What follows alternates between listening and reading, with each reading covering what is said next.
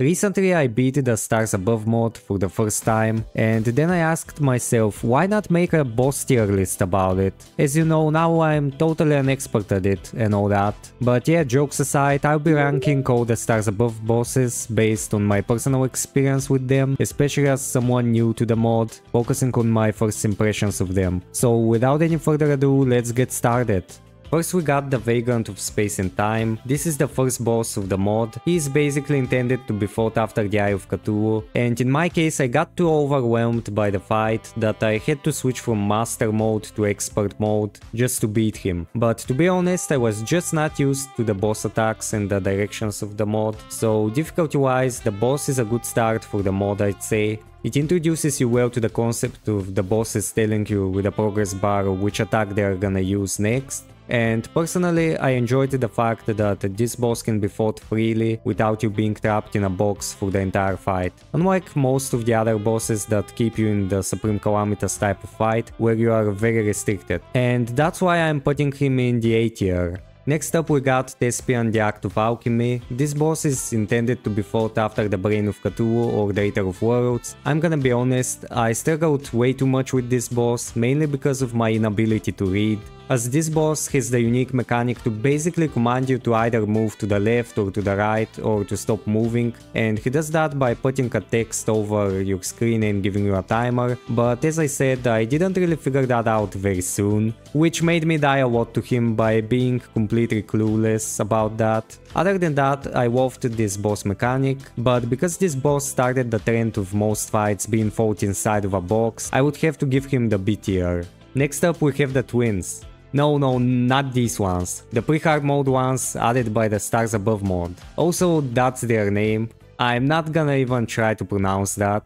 So anyway, the boss fight has a unique mechanic where you're intended to keep moving left to right all the time, as you would get debuffed if you stay way too long in one of the sides of the bosses. I personally liked this mechanic, even if it took me way too long to realize that it worked that way. Also, I like the fact that some of the attacks of the Twins can damage the other one, but again, due to my personal beef with the limited space of the arena that most bosses follow, I would put them in the B tier as well. Penthesilea, the Witch of Ink, is the next boss we have. She's actually the first hard mode boss from this mod. She's also the first boss that has voice lines, and that's probably my favorite part about her. Though something that drove me insane with her boss fight was her Romanian flag attack, where she splatters you with a color and then you're supposed to go to the corresponding colored zone, and in most cases my dumbass couldn't read the text in time, so I would have to even press the enter button to open the chat so I can see what she said, but I couldn't focus on dodging her bullet hell phases and doing all that at the same time, so that's that. Also I managed to finally beat her after beating Golem, even though she was supposed to be fought around the time of Pantera. I'm gonna have to put her in the A tier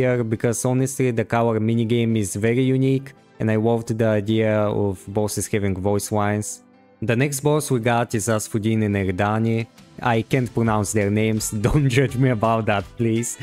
Some people might hate me for this, but I didn't like this fight at all. It was all over the place for me. All their attacks looked like they were just copy-pasted attacks from all the previous bosses and just clumped up together. Also, the fact that I was using the Ink Witch's brush didn't really help me, as the paint that I splattered on them made my personal experience even worse, as I could barely see them and where they were at the boss fight. I will say one positive thing though. I liked that you couldn't use your Stellar Novas during this fight, as they are the ones that gave you this power, and don't get me wrong, I really like these two as your Starfarers and the voice lines that are implemented in them, but when it comes to the boss fight it was personally a mess for me. I even beat the Burnished King before beating them, even though he should be fought later. So as a final verdict I give the Anime Girls Advisors the C tier.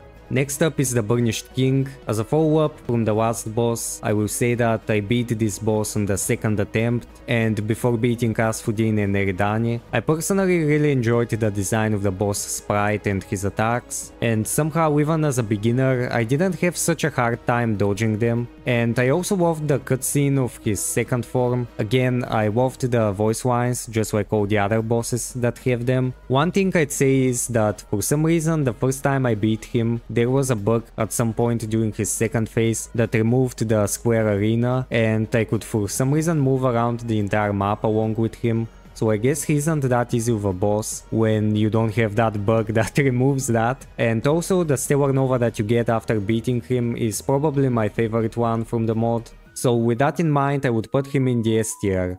Now we are at the final pre-Moon World boss, the Arbitration, and let me start off by saying I really hated him. The thing that I hated the most about him is his spawning condition, and to spawn him you would have to stay on one of the anomaly worlds for a while, and only then you would get instantly thrown into his boss fight. This was super annoying to deal with, especially when you want to refight him, and because of that I went to fight Moonlord before I beat him, as at this point it would be better to do that than wait so much time just to fight him again for the boss fight. Also, this is basically the Stars Above version of the Ravager. It's just a very annoying boss for me, especially with all these tiny spikes thrown in the arena just to get cheap shots out of you. And that's why with great pleasure I put this boss in the F tier. Next up we got the Warrior of Light. I'm gonna be honest, this has to be my favorite boss from the mod. I really enjoyed the voice lines and the cutscenes, the one in the beginning of the fight and the one in the second phase. Also his boss fight felt more dramatic than the final boss fight for me personally. One thing I didn't like about the boss at first was how he freezes time and traps you where you're forced to button mash in order to escape that attack.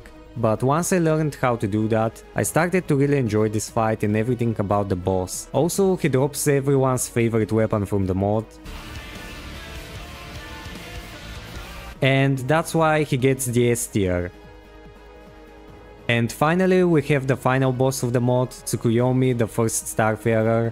I'm gonna be honest, I didn't really keep up with the lore of the mod, but it felt like her boss fight was kind of a letdown to me. As I said before, the Warrior of Light felt like a more dramatic boss fight, and I just didn't feel that from Tsukuyomi.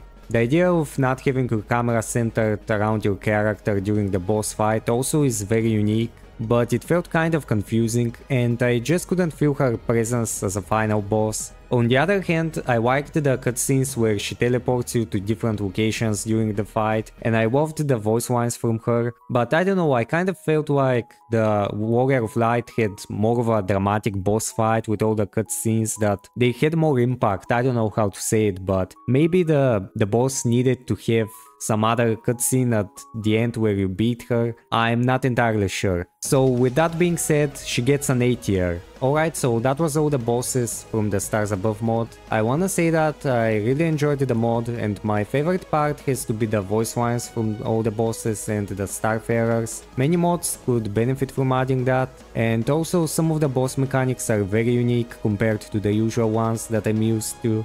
I'd absolutely recommend this mod. If you haven't played it, go check it out. And to end the video, I wanna say again that this is my personal ranking and opinion from the perspective of someone who just beat the mod for the first time. If you disagree with some of my takes, feel free to share your opinion in the comments. Feel free to like and subscribe if you enjoyed the video, and see you in the next one.